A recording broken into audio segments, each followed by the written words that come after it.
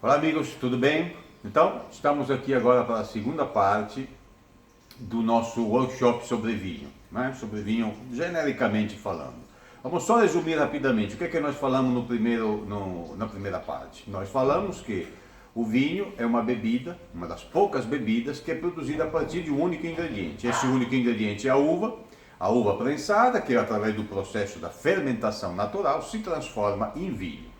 Então, nós também vimos quanto o vinho pode fazer bem à saúde. Eu falei sobre o livro Vinho é Saúde, esse aqui é o livro no qual eu extraí os assuntos que tratamos na primeira aula. Então hoje vamos falar um pouco do terroir. Voltando então ao que nós dissemos. O vinho é produzido a partir da uva, como único ingrediente. A uva não passa por nenhum processo traumatizante, nem a uva, nem o mosto, que é quando após a prensagem da uva, e nem o vinho. Então nós não temos nada que aí vai sendo fervido, nada que vai sendo destilado, tampouco nada que tenha sido acrescentado às uvas, nada que tenha sido acrescentado ao vinho para que ele tenha seus aromas, suas cores e seus sabores. De onde vêm então os aromas, as cores e os sabores do vinho? Bom, o aroma, a cor e o sabor do vinho vem de um conjunto de fatores que podemos resumi-los no conceito de terroir, como eu estou falando. Terroir é uma palavra francesa, não tem uma tradução literal na língua portuguesa, podemos traduzi-la como um conceito, o conceito da territorialidade. Mas o que significa basicamente terroir? Conceitualmente, o terroir é o quê? É uma série de fatores ligados à natureza e ao meio ambiente que fazem com que determinado vinho produzido numa determinada região, e quando eu falo região, atenção, não estou me referindo a uma macro região, uma região pode ser uma região pequenininha, pode ser poucas hectares, pode ser mais hectares, isso depende muito, logicamente, de microclima, de questões climáticas, geográficas, etc. Mas enfim, o que acontece? Então, o vinho produzido em determinada região se torna típico, único e impossível de ser reproduzido em outras regiões. Então, esse é o conceito que norteia hoje o mundo do vinho. Mas vamos ser um pouquinho mais específico, um pouquinho mais didático também, mesmo sem entrar em detalhes exagerados, mas a gente precisa dar uma explicação maior. Vamos para alguns exemplos para a gente se compreender melhor. Bom, vejam essa fotografia. Essa fotografia tirada por mim, aliás, a maioria das fotos que vocês vão ver são tiradas por mim, tá certo?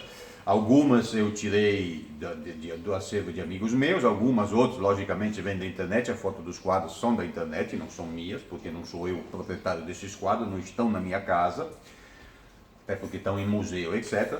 Mas essa aqui, por exemplo, é uma foto que eu tirei. Então, essa daqui é uma foto que foi tirada no norte da Itália, na região do Vale d'Aosta. Por trás desse morro que vocês veem aí, atrás das nuvens, está o Mont Blanc. O Mont Blanc é uma montanha, a montanha mais alta da Europa, que marca a divisa, a fronteira entre a Itália, que é desse lado de cá, e a França, que é do outro lado.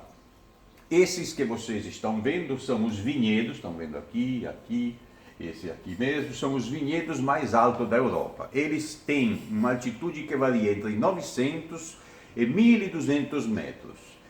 Aqui, nesse clima, que é um clima, eu diria, extremo, aliás, na Itália são chamados vinhos de viticultura heróica, porque é muito difícil trabalhar aí, tanto pelo clima extremo, como também pela situação, repito, não só climática, mas também vocês podem ver a situação de dificuldade. Muita pedra, o solo muito difícil de ser trabalhado, absolutamente não é fértil, aqui não dá nada do ponto de vista da agricultura, só dá mesmo a videira. Então nós temos aqui uma característica muito peculiar. Essa outra foto é exatamente a mesma região, vocês podem ver aqui o broto da videira, aqui são os vinhedos. Gente, esse broto que vocês estão vendo, essa videira aqui é uma videira de Prié Blanc. Prié Blanc é uma casta autóctone que dá nessa região. Essa casta só produz 25 hectares no mundo todo que ficam nessa região e só produz ali. Por conta do clima extremo, do ciclo vegetativo específico, é a única casta que se adaptou nesse clima e ela produz um vinho e esse vinho só se encontra ali. Infelizmente não tem como comprar esse vinho no Brasil, nem em Fortaleza, nem em outros lugares. A produção é muito pequena, são 2 produtores basicamente. Então, basicamente, é uma produção que termina por ali no norte da Itália, mas é muito interessante para a gente compreender o que é o conceito de terroir. O Pré Blanc, então, é uma casta branca, só se produz ali. Muito bem. Não sei se vocês notaram, eu falei de casta. Vamos criar esse conceito, vamos entender esse conceito. Casta é uma palavra que tem muito sinônimo, podemos chamá-lo também de uvas diferentes, ou castas diferentes, ou cepas diferentes, ou varietais diferentes. Na França se usa cepagem, cepa se usa em português, enfim, na Itália se costuma utilizar a palavra vitinho, mas são todos sinônimos que identificam os tipos de uva diferentes. Apenas eu não gosto muito de usar a palavra uva, porque, verdade seja dita, eu acho que uva é mais um jargão, uma maneira de falar de feirante, de feira, de mercado, etc. Nós falamos de vinho, eu gosto mais de utilizar as palavras casta, ou varietal, ou cepa, dependendo. Nada tenho contra os feirantes. Conheço muitos feirantes que são meu amigo, estão mais ricos e mais felizes do que o sommelier. Até porque o feirante de noite descansa, no fim de semana também, e muitas vezes o sommelier tem que trabalhar. Então, por isso que eu digo. Mas vamos voltar a nós. Então, como a gente pode ver, esse é um tipo de casta.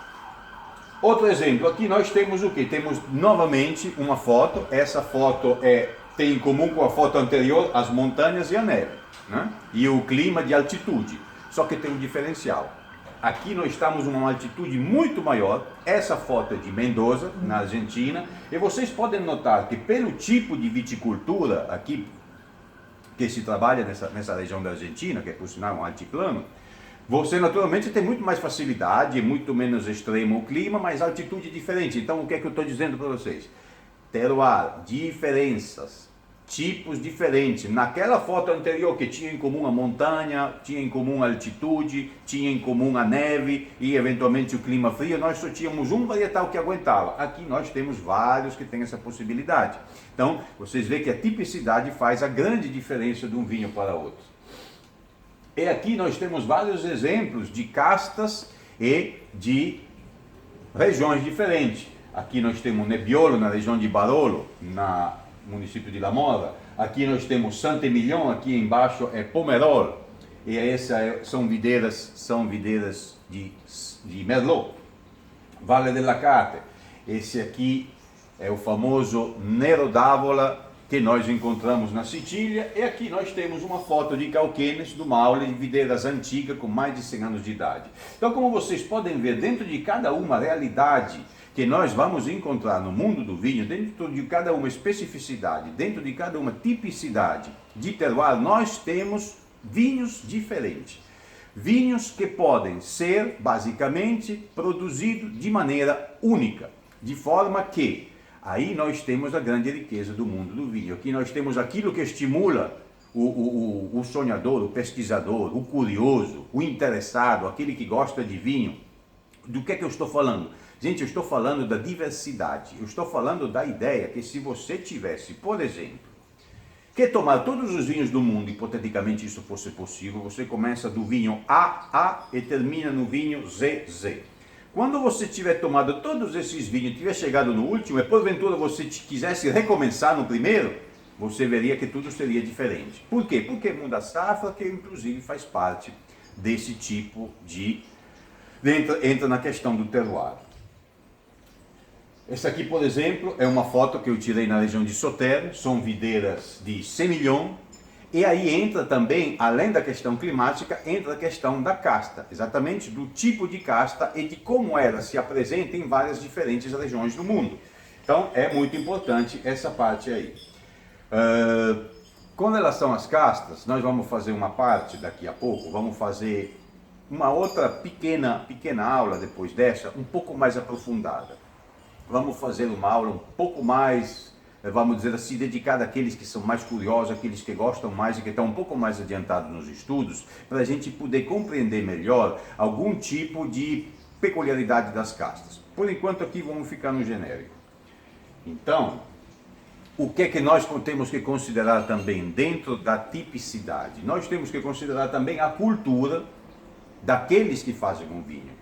Porque dentro de cada região, dentro de cada micro-região, se desenvolveu com o passar do tempo técnicas, tradições, experiências ligadas a, digamos assim, a produção geração após geração, que criam uma cultura bem específica, integrada com o que é toda a questão climática, geográfica daquele território, daquela micro-região, para produzir algo que seja realmente diferente, para produzir um vinho que seja único.